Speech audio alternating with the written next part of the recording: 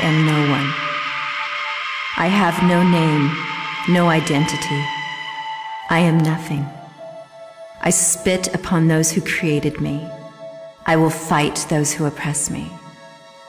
I will fight alone to destroy the scourge. I will fight until I die. A new religion burns in my veins. All hail the gods of war.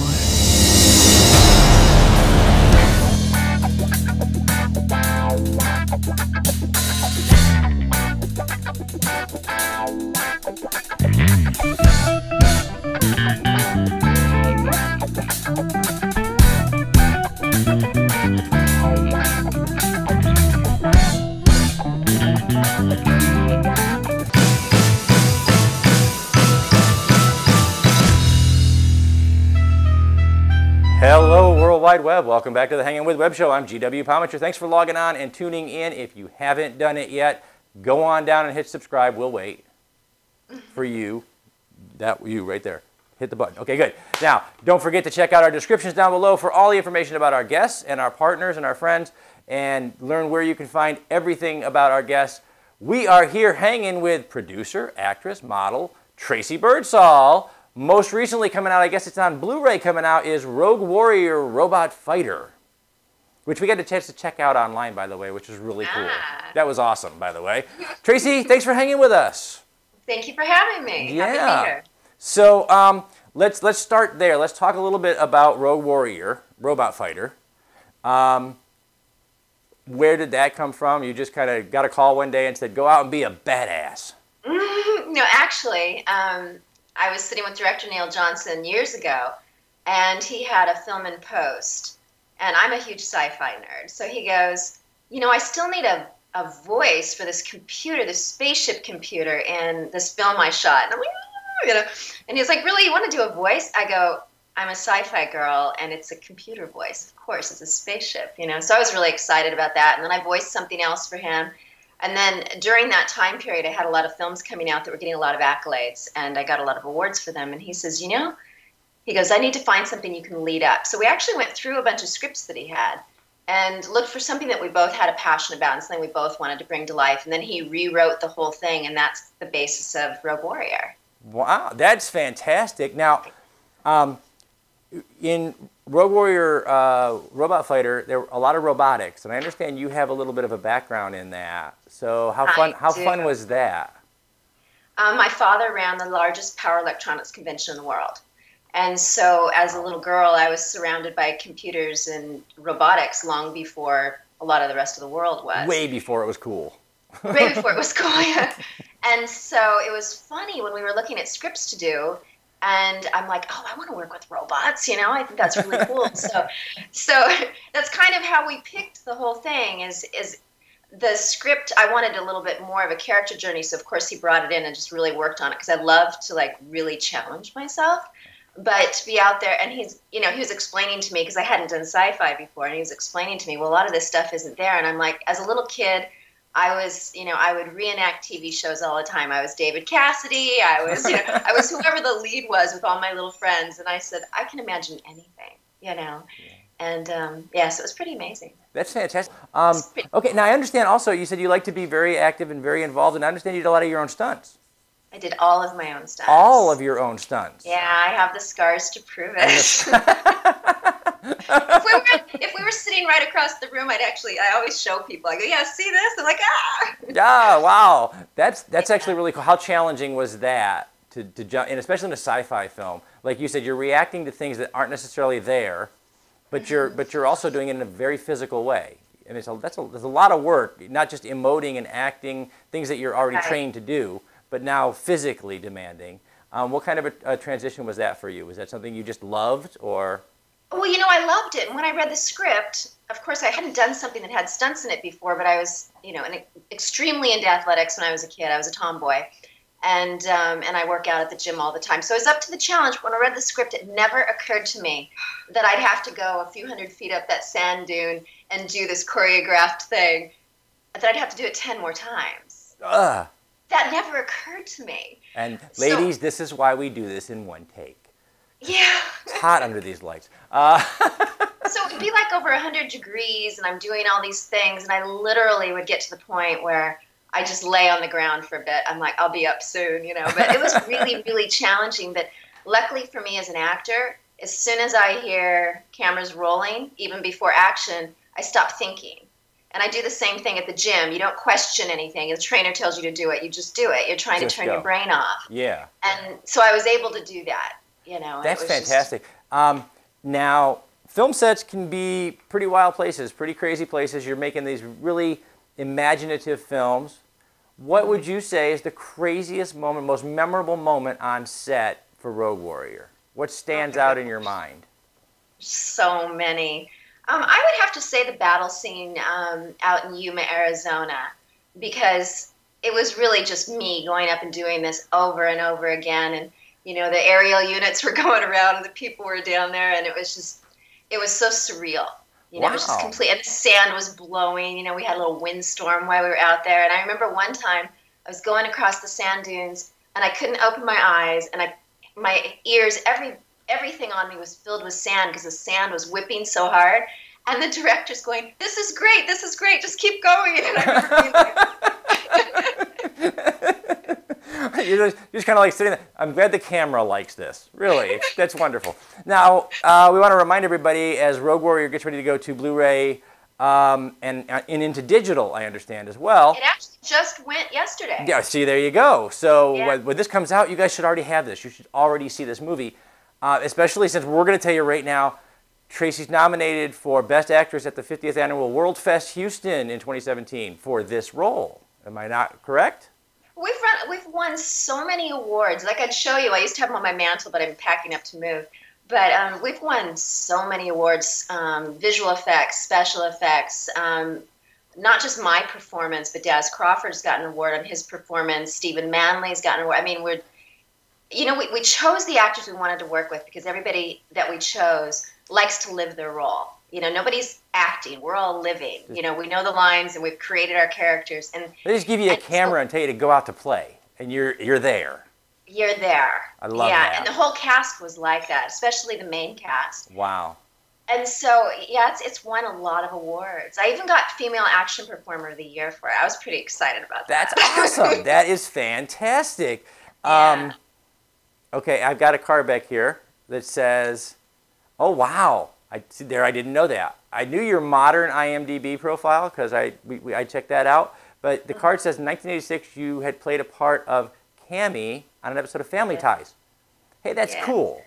Hey, that was my first network experience. YouTube, stop picking on us. That's how old we are, and it's cool. So, that's right.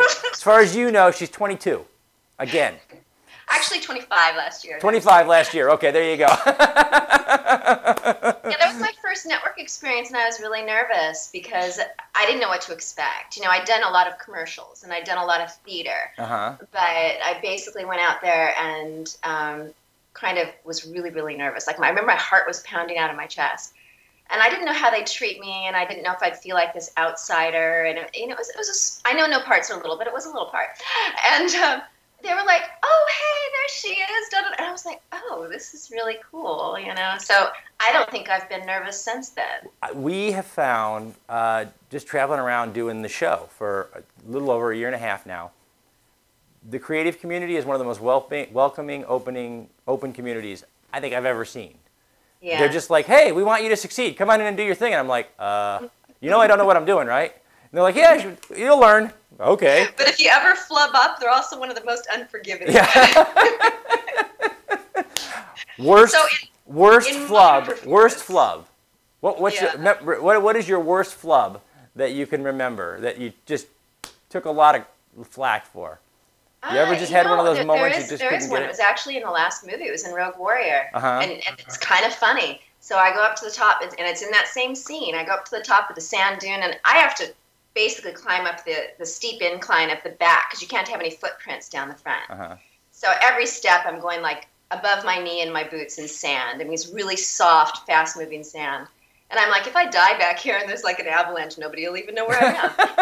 And so I'm scaling up the back of the sand dune, and I get to the top, and, you know, they can barely see me. I'm this big on the top of the mountain.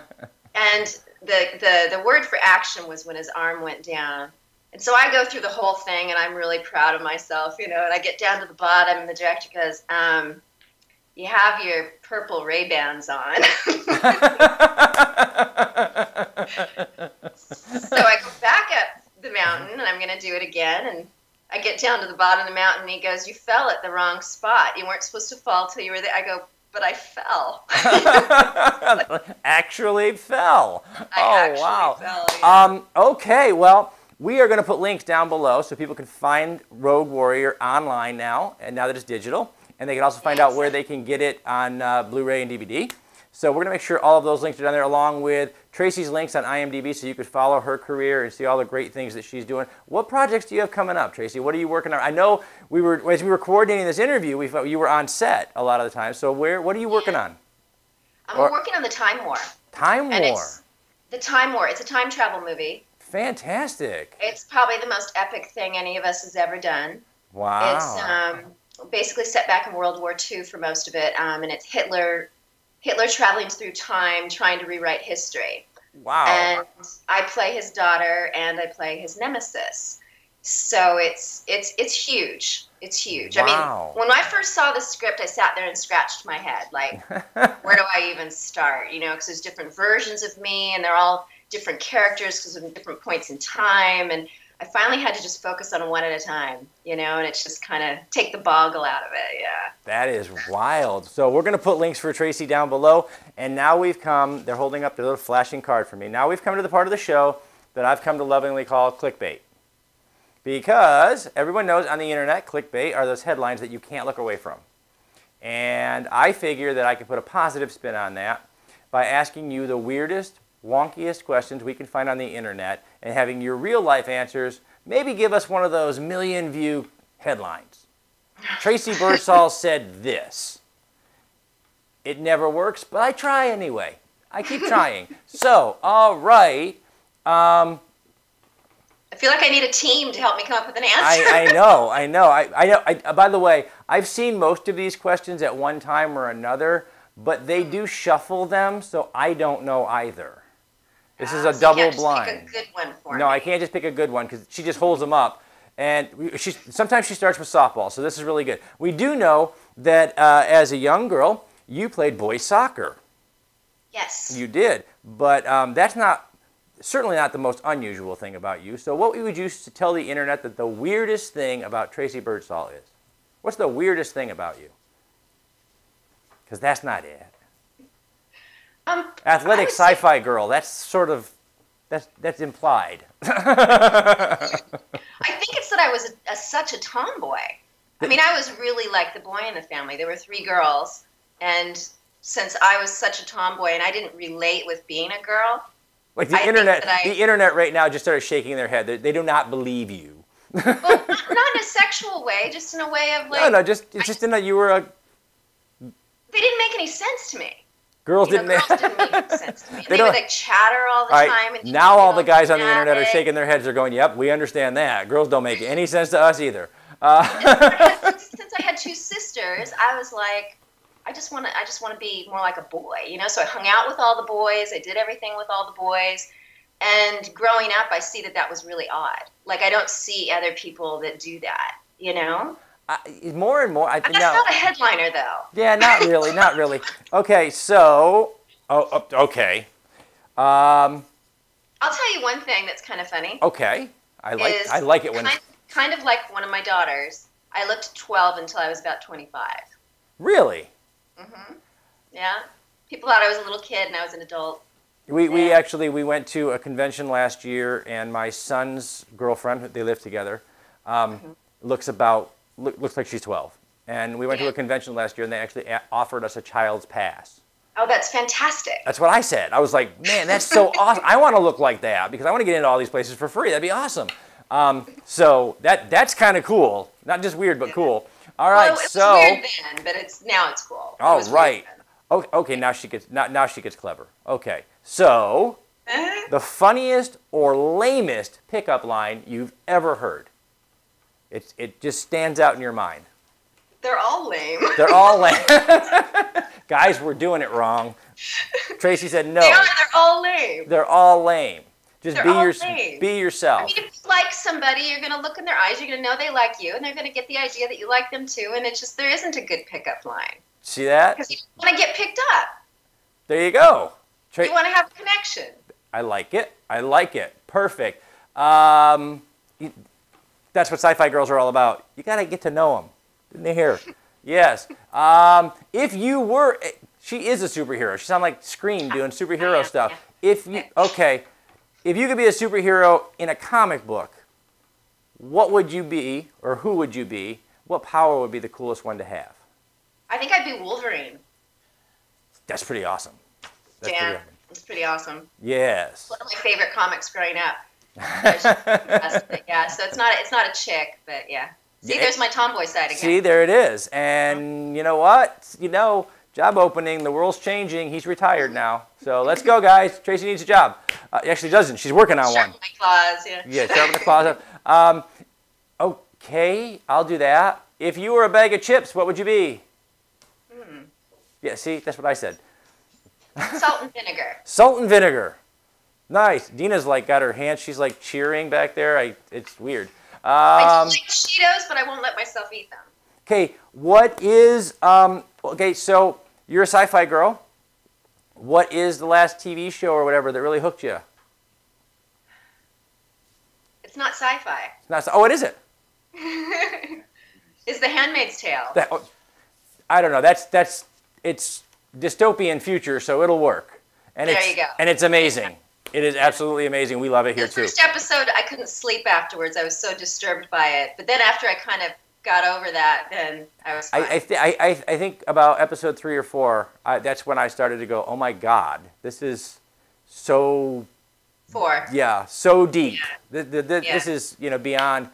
The writing is amazing. I love the adaptation for television. I know they did that in the 80s. I didn't know that until recently. They actually did a TV movie in the 80s, Handmaid's Tale, and that just never really took off. And now it's the biggest thing on anywhere. So I didn't know that. Yeah, I didn't either. I'm addicted to IMDb. I can't help myself. I just can't. Where can people find you coming up the road? Are you going to be at a con? Are you going to be doing any appearances, anything special?